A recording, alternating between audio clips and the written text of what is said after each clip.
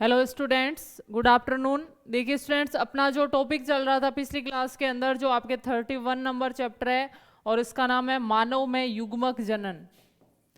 मानव में युग्मक जनन।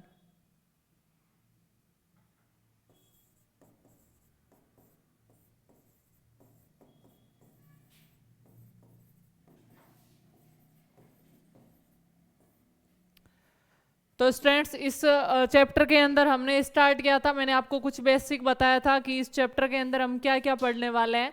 तो हमने देखा था कि जो नर और मादा के अंदर युग्मकों के निर्माण का प्रोसेस होता है, यानी नर के अंदर शुक्राणु का बनना और मादा के अंदर अंडाणु का बनना, वो प्रोसेस ही क्या कहलाता है? युग्मक जनन या गेमिटोजेनेसिस बोला जाता है।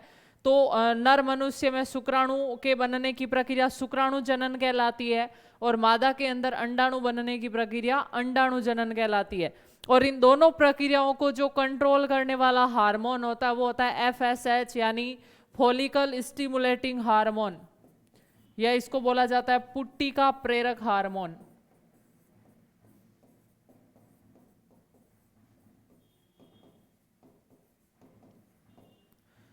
तो इसके अंदर हमने क्या देखा था कि पुट्टिका प्रेरक हार्मोन है वो नर और मादा दोनों के अंदर स्रावित होता है। किसके द्वारा स्रावित होता है? जब हमने अंतःस्रावी ग्रंथियां पढ़ी थी तब मैंने आपको बताया था कि जो पुट्टिका प्रेरक हार्मोन है वो पीयूष ग्रंथि के द्वारा स्रावित होता है और इस हार्मोन के द्वारा जो शुक्राणु जनन और अंड जनन को प्रेरित किया जाता है, यानी जो पुट्टिकाएं हैं उनके परिवर्धन को ये प्रेरित करता है, इसलिए इसको बोला जाता है पुट्टिका प्रेरक हार्मोन। आया समझ में? तो देखिए इस चैप्टर में इसके अलावा मैंने आपको बताया था कि जो नर के अंदर शुक्राणु बनने की प्रक्रिया वो शुक्राणु जनन कहलाती है। और इसमें हमने स्टार्ट किया था कि वृषण के अंदर कौन कौन सी कोशिकाएं होती है जो शुक्राणु जनन में सहायता करती है। तो हमने पढ़ा था कि वृषण के अंदर एक शुक्रजनक नलिकाएं पाई जाती है और उनमें दो प्रकार की कोशिकाएं होती है। एक होती है सर्टोली सेल्स या जो कायिक कोशिका, और दूसरी प्रकार की होती है जननिक कोशिका या शुक्राणु जन कोशिका बोलते हैं उनको। जो शुक्राणु जन कोशिका होती है वो शुक्राणुओं का निर्माण करती है, जबकि जो सर्टोली कोशिका होती है वो शुक्राणु जन कोशिकाओं को और जो शुक्राणु निर्मित है उनको पोषण प्रदान करने का काम करती है। ये हमने डिस्कस किया था। उसके बाद हमने देखा था कि जो वृषण के अंदर शुक्राणु जन नलिकाएं होती है उनके बीच में कुछ अंतराली स्थान होते हैं जहां पर जो कोशिकाएं पाई जाती हैं उनको अंतराली कोशिका या लीडिंग सेल्स बोला जाता है। और बहुत इंपॉर्टेंट कोशिकाएं होती है क्योंकि इनके द्वारा नर हार्मोन टेस्टोस्टेरोन का निर्माण किया जाता है। और टेस्टोस्टेरोन है वो नर में द्वितीयक लैंगिक लक्षणों को बनाए रखता है, यानी जैसे किशोरावस्था आने पर आवाज का भारी आना, दाढ़ी मूछों का बनना, जनन अंगों का विकास होना, शुक्राणु जनन की प्रक्रिया प्रेरित होना, तो वो सब किस हार्मोन के कारण होते हैं? टेस्टोस्टेरोन के कारण। और इसी कारण टेस्टोस्टेरोन को जो है वो नर हार्मोन बोला जाता है। ठीक है, यहाँ तक हमने डिस्कस किया था। फिर मैंने आपको बताया था कि जो शुक्राणु जनन की प्रक्रिया हमने स्टार्ट की थी और हमने देखा कि जो शुक्राणु जनन की प्रक्रिया है वो 2 चरणों में कंप्लीट होती है, जिसमें शुक्राणु पूर्व का निर्माण और उसके बाद शुक्राणु का उस पूर्व शुक्राणु से, या इसको स्पर्मेटिड बोला जाता है, उसका जब शुक्राणु में परिवर्धन होता है तो वो दूसरा चरण होता है। और उसको हमने टेबल के बारे में देखा था, तो वापस टेबल डिस्कस करते हैं।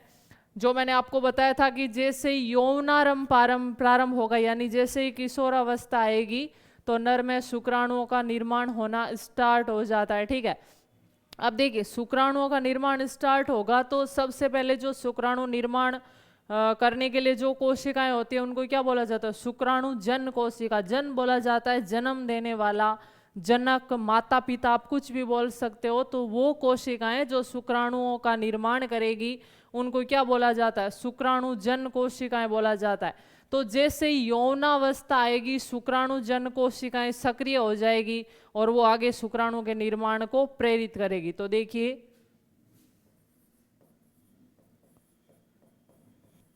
शुक्राणु जन कोशिका,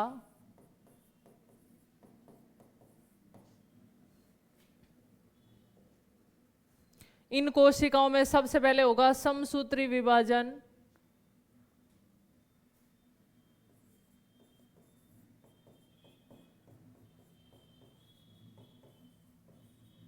और इसके कारण बनेगा प्राथमिक शुक्राणु कोशिका।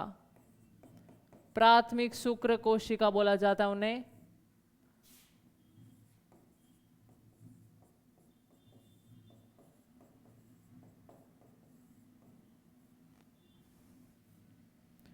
फिर इन प्राथमिक शुक्र कोशिकाओं में क्या होगा, अर्धसूत्री विभाजन होगा। कौन सा अर्धसूत्री विभाजन, प्रथम अर्धसूत्री विभाजन कंप्लीट होगा इसके अंदर। तो ध्यान रखना, सबसे पहले जो शुक्राणुजन कोशिकाएं होती है उनमें कौन सा विभाजन होता है, समसूत्री विभाजन होता है। और उसके बाद क्या बनती है, प्राथमिक शुक्र कोशिका। प्राथमिक शुक्र कोशिकाओं में कौन सा विभाजन होगा, प्रथम अर्धसूत्री विभाजन।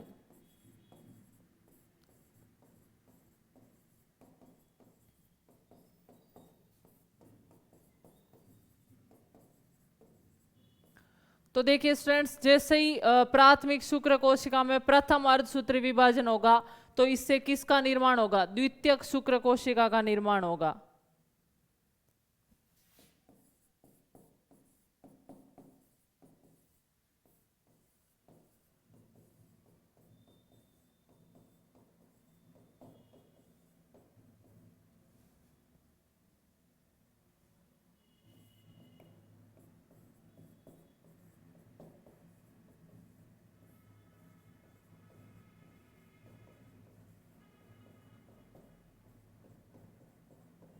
फिर होगा द्वितीयक अर्धसूत्री विभाजन और उससे बनेगी शुक्राणु पूर्व कोशिका।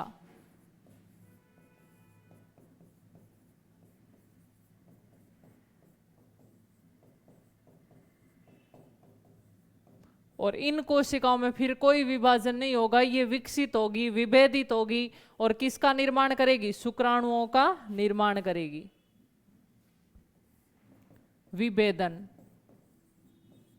विभेदन का मतलब है जो प्रारंभिक कोशिका बनी है वो ज्यादा विकसित होकर किसका निर्माण करेगी, शुक्राणु का निर्माण करेगी।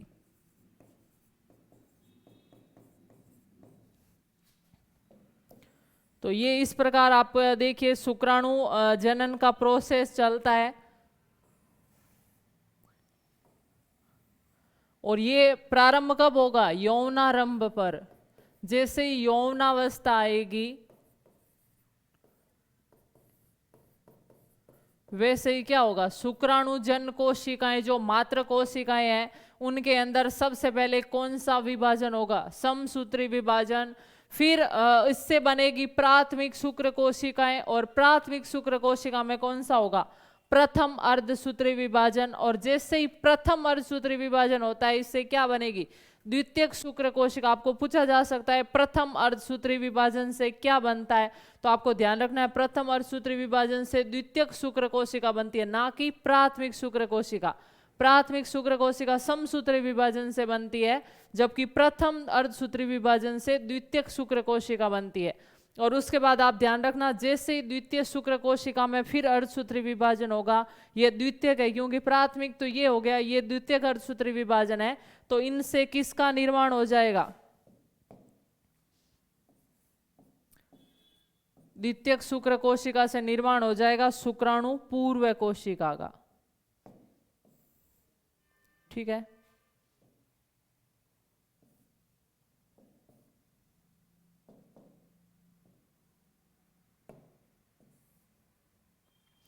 और द्वितीयक अर्धसूत्री विभाजन होते ही शुक्राणु पूर्व कोशिका बनेगी। फिर इन कोशिकाओं में कोई विभाजन नहीं होगा, यानी ये शुक्राणु का प्रारंभिक अवस्था है जो अल्प विकसित अवस्था में पाया जाता है। और इसको विकसित करने के लिए इसके अंदर क्या होगा, विभेदन की प्रक्रिया होगी और उससे शुक्राणुओं का निर्माण होगा। इसको नोट कर लीजिए।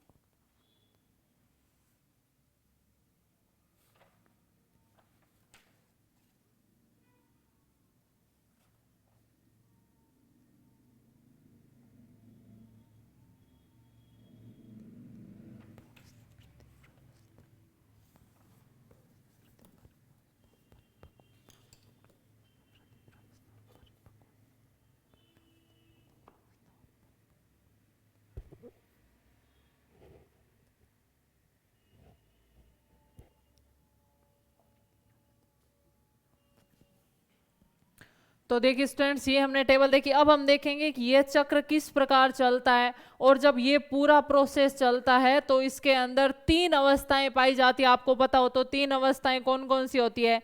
एक होती है आपके गुणन प्रावस्था, एक होती है वृद्धि प्रावस्था, और एक होती है परिपक्वन प्रावस्था। यानी ये जो पूरा प्रोसेस चलेगा इसमें 3 अवस्थाएं होगी, गुणन प्रावस्था, वृद्धि प्रावस्था और परिपक्वन प्रावस्था। तो आपको तीनों का क्रम भी ध्यान रखना है। नेक्स्ट देखिए,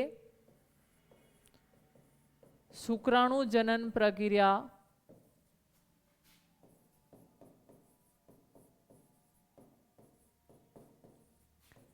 3 चरणों में पूर्ण होती है।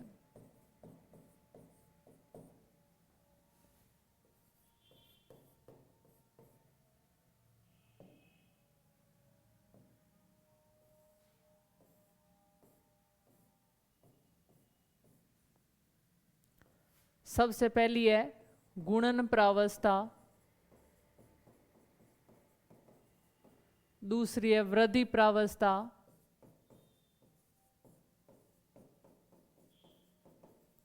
और तीसरी है परिपक्वन प्रावस्था।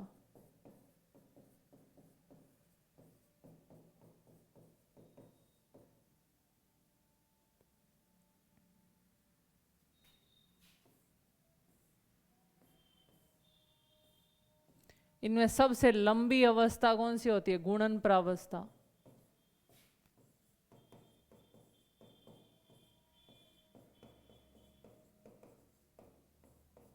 सबसे लंबी प्रावस्था होती है गुणन प्रावस्था। इसको नोट कीजिए, फिर हम देखते हैं अलग अलग प्रावस्थाओं के अंदर क्या क्या पॉइंट होते हैं।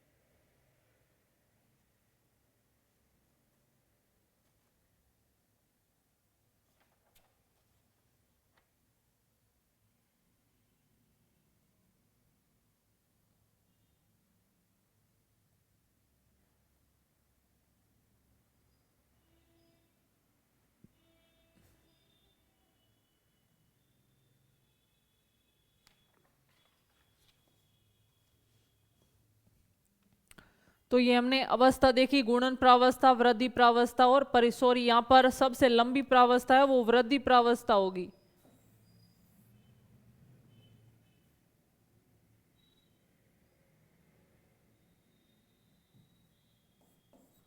सबसे लंबी प्रावस्था, उल्टा लिख दिया मैंने। तो सबसे लंबी प्रावस्था होती है वृद्धि प्रावस्था, क्योंकि इसके अंदर जो प्राथमिक शुक्राणु कोशिकाएं बनती है वो काफी टाइम तक वृद्धि करती रहती है और अपनी साइज में डबल हो जाती है, आकार में द्विगुणित हो जाती है, डबल हो जाती है। इसलिए इस अवस्था को सबसे लंबी प्रावस्था बोला जाता है। अब हम सबसे पहले डिस्कस करते हैं गुणन प्रावस्था।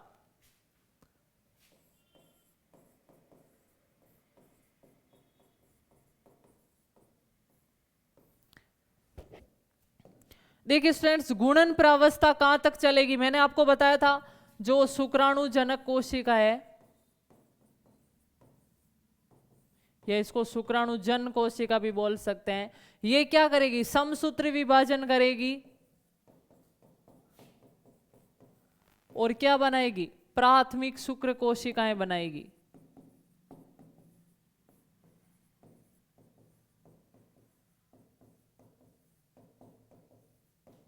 ठीक है, तो जो शुक्राणु जनक कोशिकाओं द्वारा समसूत्री विभाजन करके प्राथमिक शुक्र कोशिकाएं बनाई जाती है, यहां तक का प्रोसेस क्या कहलाएगा, गुणन प्रावस्था कहलाएगा।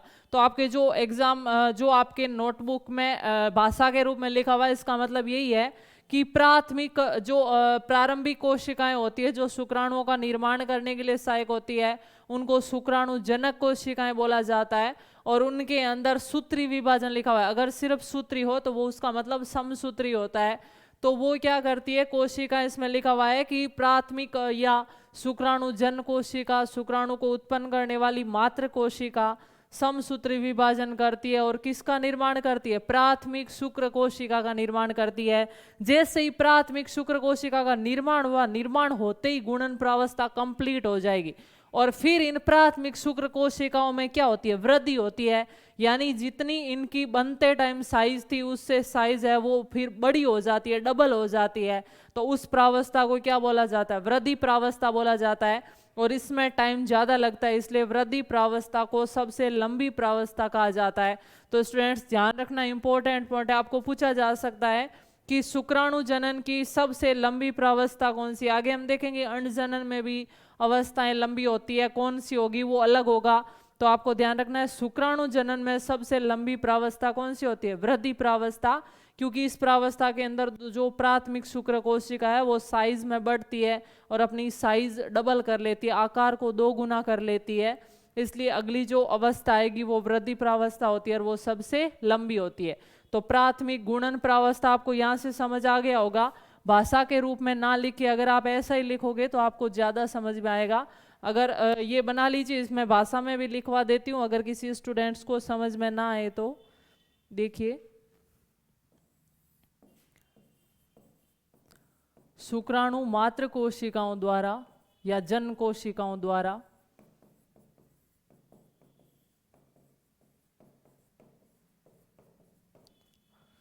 सूत्री विभाजन से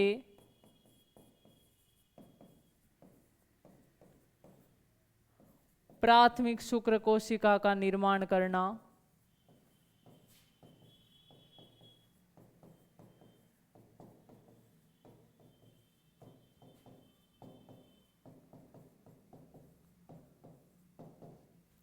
गुणन प्रावस्था के अंतर्गत आता है। गुणन प्रावस्था के अंतर्गत आता है।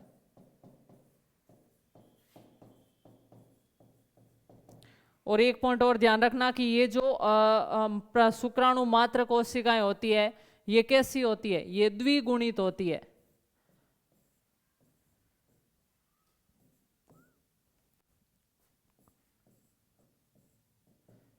यानी ये जो कोशिकाएं होती है वो कैसी होती है, द्विगुणित।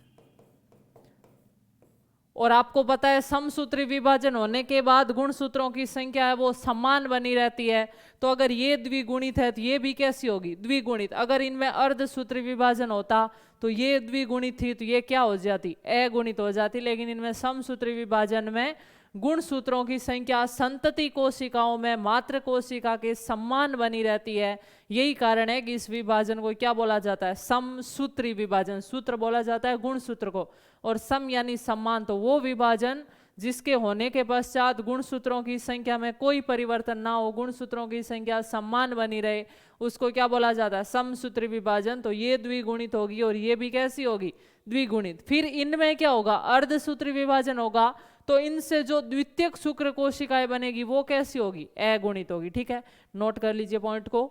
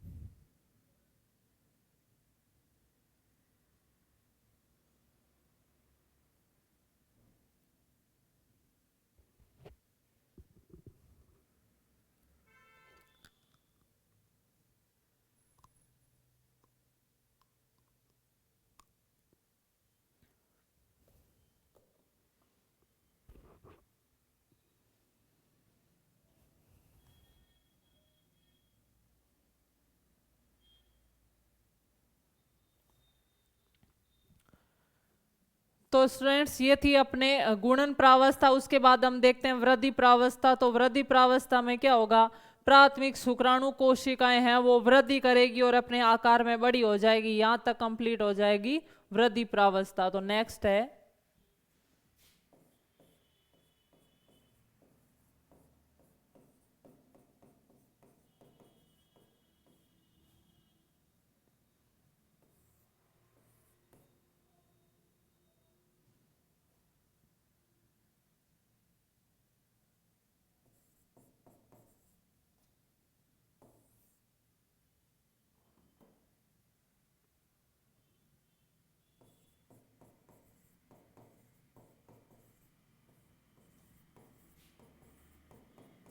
प्राथमिक शुक्राणु जन कोशिका, प्राथमिक शुक्राणु कोशिका सॉरी, प्राथमिक शुक्राणु कोशिका वृद्धि करती है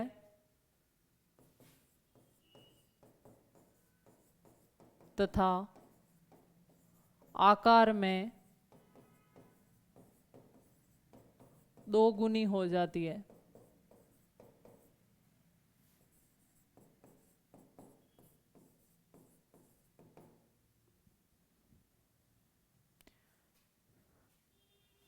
यानी जो साइज थी प्राथमिक शुक्राणु कोशिका की वो डबल हो जाएगी। इसलिए ये क्या करती है, वृद्धि करती है और इसमें टाइम भी ज्यादा लगता है। इसलिए ये सबसे लंबी चलने वाली प्रावस्था होती है। कौन सी, वृद्धि प्रावस्था।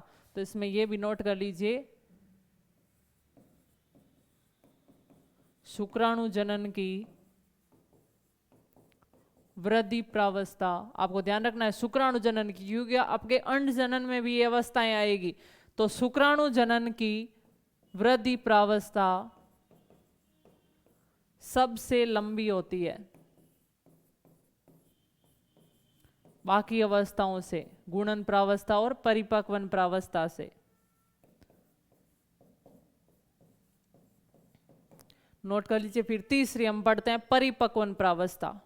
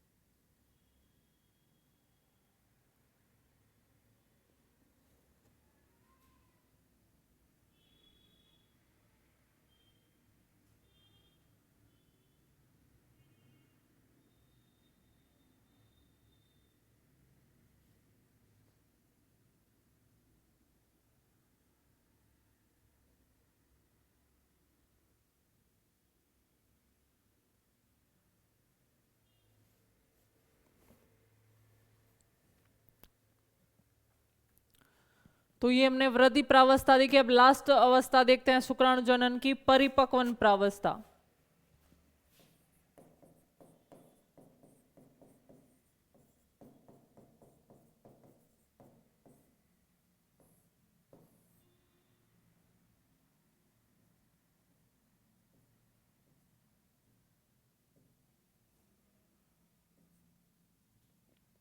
देखिए इस अवस्था में मैंने आपको बताया क्या होगा, जो प्राथमिक शुक्राणु कोशिका बनी थी,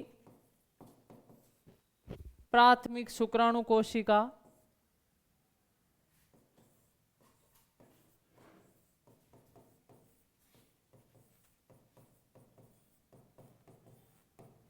इसमें मैंने आपको बताया था कि इसमें क्या होगा, प्रथम अर्धसूत्री विभाजन होगा, प्रथम अर्धसूत्री विभाजन।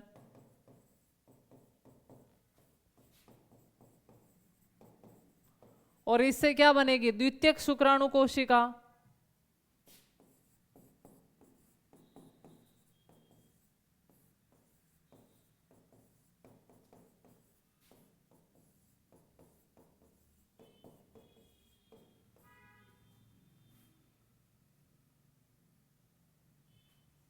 और इसमें क्या होगा, द्वितीयक अर्धसूत्री विभाजन।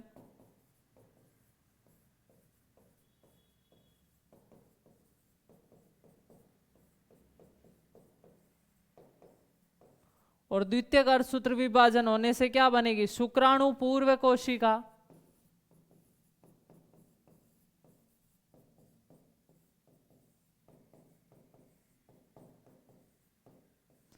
और शुक्राणु पूर्व कोशिका में क्या होगा, विभेदन होगा। और विभेदन से क्या बनेगा, शुक्राणु। ये पूरी अवस्था क्या कहलाएगी, परिपक्वन प्रावस्था।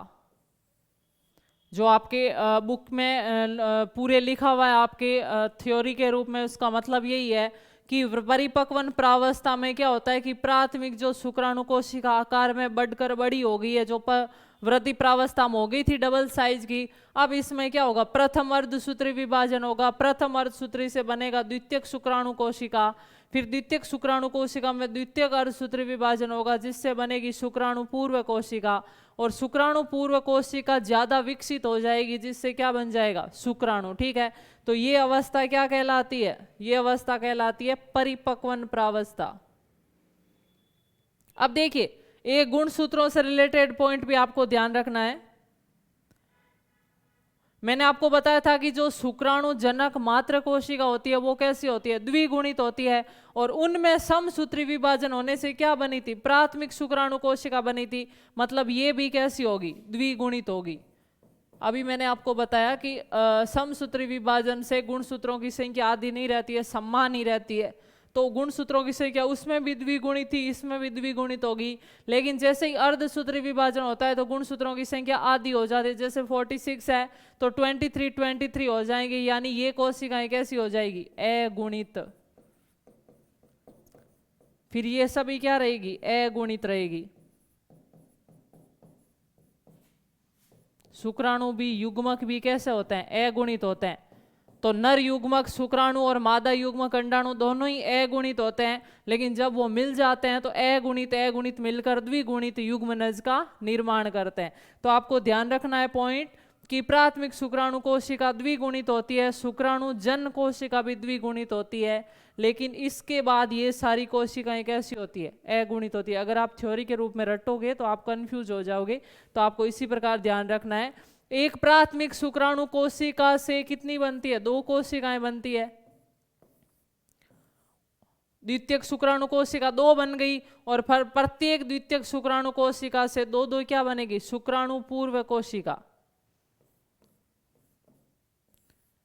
ये बन गई शुक्राणु पूर्व कोशिका।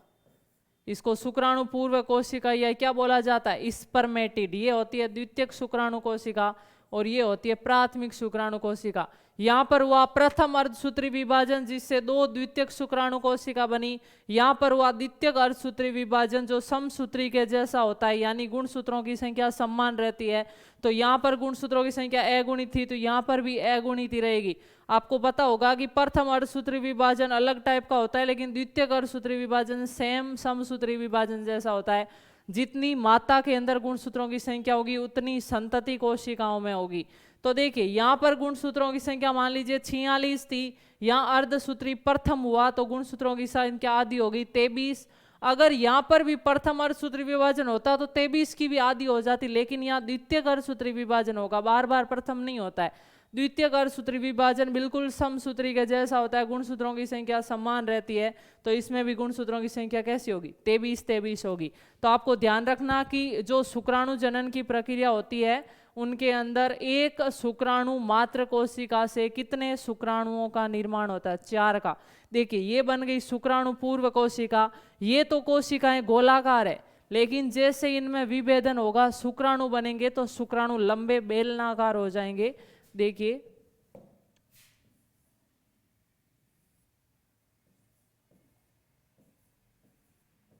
ये है शुक्राणु का शीर्ष और ये है शुक्राणु की पूंछ। जो शीर्ष होता है उसको एक्रोसोम बोला जाता है। शुक्राणु का कौन सा भाग क्या काम करता है, इनकी संरचना इससे इस प्रकार की कैसे होगी वो हम पढ़ेंगे कि शुक्राणु पूर्व कोशिका में विभेदन किस प्रकार होता है जिससे शुक्राणुओं का निर्माण हो जाता है। ये विभेदन क्यों होता है? क्योंकि जो शुक्राणु पूर्व कोशिकाएं होती है इनमें नर युग्मक के पूर्ण लक्षण नहीं होते हैं। ये युग्मक की तरह काम नहीं कर सकती, जनन करने में सक्षम नहीं होती है, लेकिन इनका जब विकास हुआ, विभेदन किया गया, तो जो संरचनाएं बनी उनको शुक्राणु बोला गया। ये पूर्ण विकसित नर युग्मक है और इनके अंदर जनन करने की क्या होती है? क्षमता होती है। ठीक है, तो ये पर संरचना बन गई शुक्राणु। तो आपको ध्यान रखना है कि एक शुक्राणु मात्र कोशिका विभाजनों से गुजरते हुए कितने शुक्राणुओं का निर्माण करती है? 4 शुक्राणुओं का निर्माण करती है। तो इसको नोट कर लीजिए आप।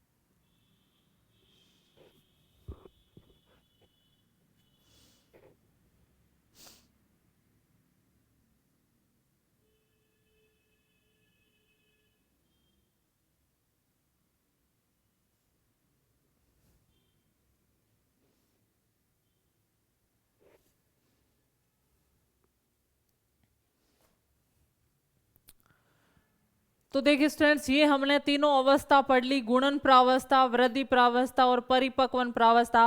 अब हम थोड़ा सा इसके बारे में डिस्कस करते हैं कि किस प्रकार शुक्राणु पूर्व कोशिका से शुक्राणु बने।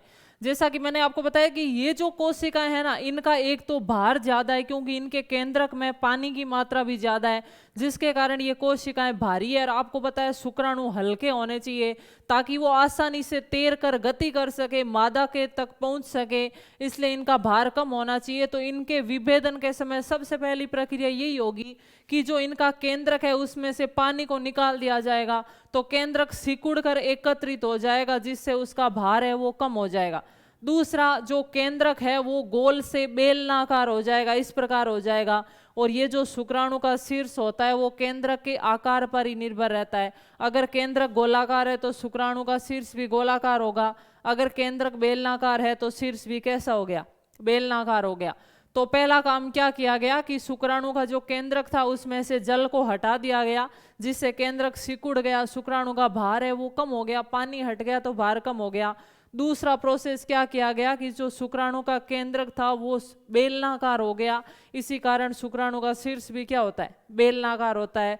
तीसरा पॉइंट क्या किया गया था कि जो एक्स्ट्रा चीजें थी उनको हटा दिया गया, क्योंकि इनका भार कम करना था। तो इनके अंदर 2 प्रकार के न्यूक्लिक अम्ल होते हैं, डीएनए भी होता है और आरएनए भी होता है। और आपको पता है हमारे अंदर मुख्य आनुवंशिक पदार्थ क्या होता है? डीएनए। तो ज्यादा जो आवश्यक चीज है उसी को रखो, बाकी को हटा दो। तो जैसे ही शुक्राणु पूर्व कोशिका से शुक्राणु बना, इसमें से आरएनए को हटा दिया गया और डीएनए को रखा गया, क्योंकि डीएनए क्या होता है? आनुवंशिक पदार्थ होता है जो माता पिता की सूचना को संतानों तक ले जाने का काम करता है। तो ये प्रोसेस किए गए जब शुक्राणु पूर्व कोशिका से शुक्राणुओं का निर्माण हुआ। तो नेक्स्ट मैं आपको नोट करवा रही हूं, लिख लीजिए। शुक्राणु पूर्व कोशिका का शुक्राणु में विभेदन होता है क्योंकि शुक्राणु पूर्व कोशिका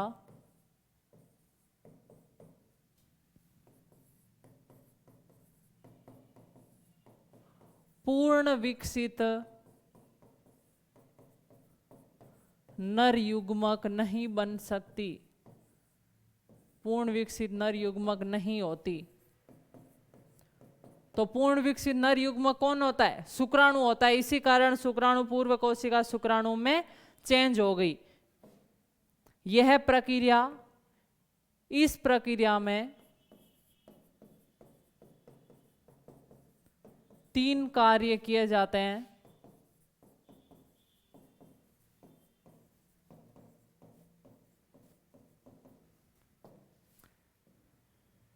देखिए पहला कार्य क्या है, शुक्राणु पूर्व कोशिका के केंद्रक में से पानी निकल जाता है या जल निकल जाता है, जिसके कारण केंद्रक सिकुड़ जाता है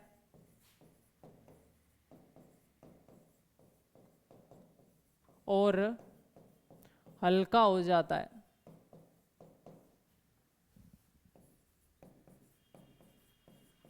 दूसरा, केंद्रक गोलाकार हो जाता है,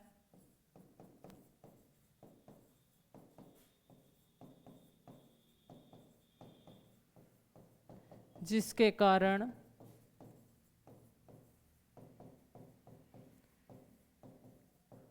शुक्राणु का शीर्ष भी गोलाकार हो जाता है। तीसरा पॉइंट,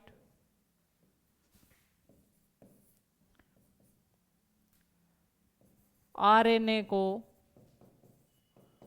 हटाया जाता है।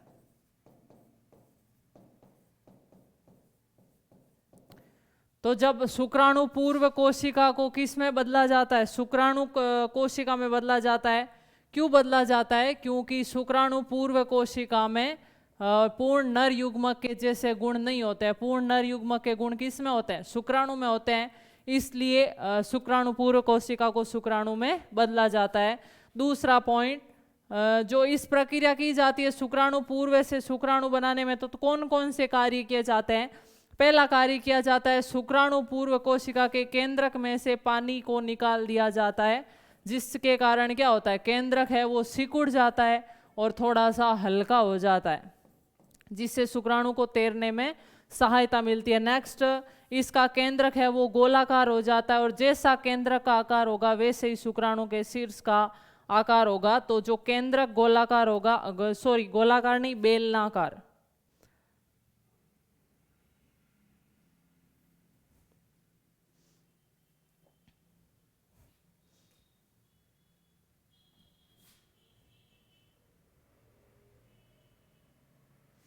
केंद्र कैसा हो जाएगा? बेलनाकार हो जाएगा,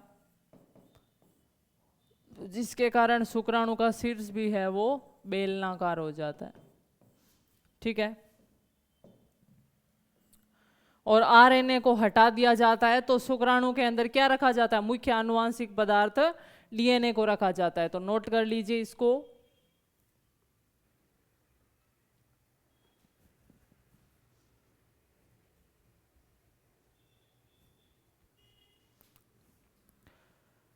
तो स्टूडेंट्स, इसके साथ ही अपनी क्लास कंप्लीट होती है। मिलते हैं नेक्स्ट क्लास के अंदर, जो शुक्राणु की संरचना को और उसके कार्य को पढ़ेंगे। तब तक के लिए थैंक यू सो मच।